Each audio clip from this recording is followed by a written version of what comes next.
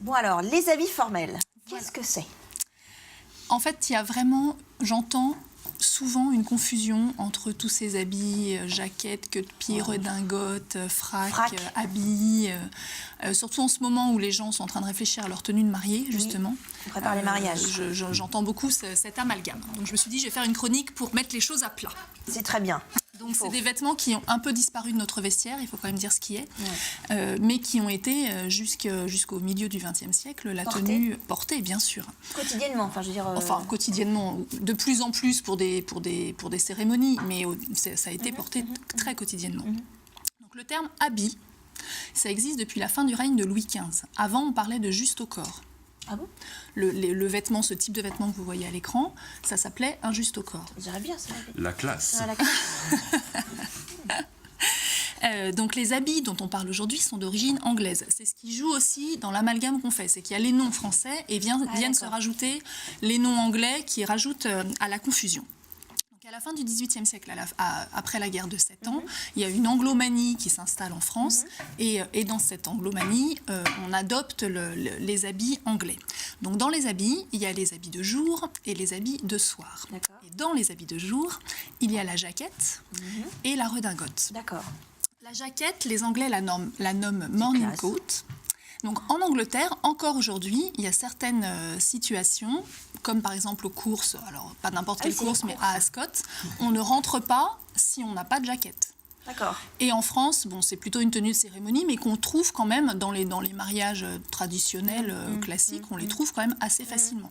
Donc ça peut être soit une jaquette entière comme on voyait à Ascot, soit en France, on l'utilise plutôt dépareillé avec un pantalon rayé, ou comme ici, la personne a carrément un jean rouge avec sa jaquette, donc c'est vraiment une interprétation de la jaquette, mais ça peut se porter comme ça.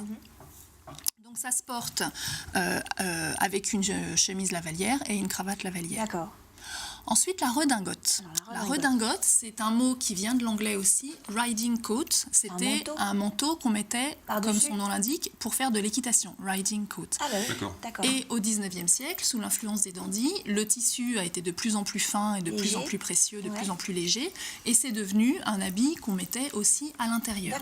De nos jours, vraiment, la redingote, on la porte quasiment plus, sauf certains gothiques. Ah oui. Qui encore peuvent porter ce type de vêtements. Clisson ou Hellfest. Ou bien, il y a certains manteaux de femmes aussi qui peuvent avoir cette forme de redingote.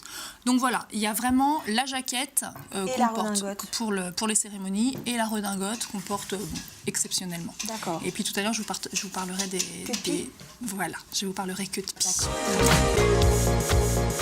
Alors, le queue de pie. La queue de pie. La queue de pie. Donc les habits du soir. Tout à l'heure, on a parlé des habits de jour, maintenant les habits du soir. Donc la queue de pie. En français, on l'appelle aussi l'habit. Donc quand on dit qu'on se marie en habit, c'est une queue de pie. Ou bien le frac. Le frac, c'est la même origine que le froc, qui maintenant, le froc, c'est un mot d'argot pour dire un pantalon, mais c'était aussi l'habit des religieux. Ah d'accord. Quand on dit un prêtre défroqué, ça vient de là. C'est vrai. Donc en anglais, on dit aussi un frac, c'est K à la fin, ou white tie, c'est-à-dire cravate blanche, parce que, comme vous pouvez le voir à l'écran, la queue de pie se porte avec un nœud papillon blanc. Ah bon? Toujours. Pas de nœud papillon noir ou nœud papillon de couleur blanc. Alors, à l'origine, la queue de pie, faute de goût.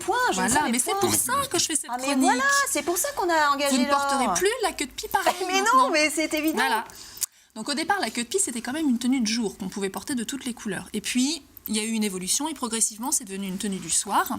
Et c'est même l'habit, parce que ça se porte quasiment plus, mais c'était l'habit de soirée par excellence. C'est classe quand même. Ah bah c'est classe, mais de nos jours, c'est vraiment porté que dans des occasions très protocolaires. Je me demande si au Japon, c'est pas plus porté. L'empereur du Japon, je pense que c'est une tenue. Je vais me renseigner. Ça serait bien, je crois bien. Et de nos jours, c'est le dress code typique du chef d'orchestre. Oui, c'est vrai. Il n'y a guère plus que les chefs d'orchestre qui se mettent en queue de pie.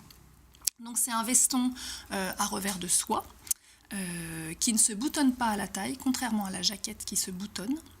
Sauf que sur la photo que j'ai montrée tout à l'heure, j'ai vu qu'il n'était pas boutonné. Mais normalement, ça se boutonne. La jaquette se boutonne. Le pantalon a 2 galons sur les côtés. Je Ouais. dis ça parce qu'on va voir avec le smoking qu'il y a une petite différence aussi. Et ça se porte donc avec un nœud papillon blanc et un gilet blanc aussi. Dessous, Dessous. pas dessus. Voilà. Enfin, dessous, ça dépend sous quoi et sous quoi. Ou alors c'est qu'on a un peu picolé. Pardon. Sur la tête. Et enfin, le smoking. Ah oui. Donc, le smoking, c'est le... Qui revient à la mode. Hein. Alors, le smoking, ça se porte quand même. C'est l'habit de cérémonie qui se porte de plus en plus. Pour les festivals. Oh bah oui, avec Daniel Craig, Bah voilà, évidemment. je ne pouvais pas ne pas mettre James Bond. Tout de suite, évidemment. Le smoking, c'est un terme qui est utilisé en français, bien que ça ait une connotation anglaise. Les Anglais ne parlent pas de smoking. Ils parlent de black tie, contrairement au white tie, puisque ça se porte avec un nœud papillon noir. Et les Américains, eux, parlent de tuxedo. Les Américains, Tuxedo ? Ouais, du nom d'un monsieur tuxedo qui, le premier, est arrivé à son club avec un smoking. D'accord. Et pas avec une queue de pie. D'accord. Les Américains parlent de smoking pour les smokings pour femmes, uniquement. Ah ouais. Parce qu'il existe des smokings pour femmes. Ouais, il existe des smokings pour femmes. Le smoking, c'est une invention anglaise qui date de la fin du 19e siècle. Ouais. Donc c'est une veste courte et à l'origine, on mettait ce smoking pour aller fumer. Dans les fumoirs, vous savez qu'avant il y avait des fumoirs. Les gens enlevaient leur queue de pie et mettaient cette veste-là Parce que ça pour sentait pas que la queue de Sentir pie sente, sente la fumée. d'accord. Et c'est pour ça qu'il y a des revers de satin, pour que smoking. quand la cendre de cigare tombe, ça glisse sur le revers de satin et ça ne brûle pas. Ça aurait brûlé un revers en laine et ça ne brûle pas le revers de satin. D'où le mot smoking, exactement. Et donc à l'origine, c'était plutôt une tenue assez décontractée. Ouais. Et puis maintenant, ça a remplacé la queue de pie et c'est quand même devenu l'habit chic de soirée par excellence. On voit dans les festivals, mais c'est une tenue de soirée, c'est-à-dire qu'on ne se marie pas en smoking. C'est vraiment, On se marie pas en smoking. non, c'est vraiment une faute de goût. D'accord. Et le smoking blanc, si on n'est pas justement au Festival de Cannes et qu'on s'appelle pas Eddie Barclay, vaut mieux éviter. Pas sortir les poubelles avec, quoi. Donc ça se porte, dans les années 70, ça se portait beaucoup avec une chemise à jabot. Et il y avait des smokings de toutes les couleurs. C'était la seule époque où il y avait des smokings violets. Maintenant, le smoking, ça reste noir. D'accord, et assez, très bien. Moi, j'aurais appris plein de choses.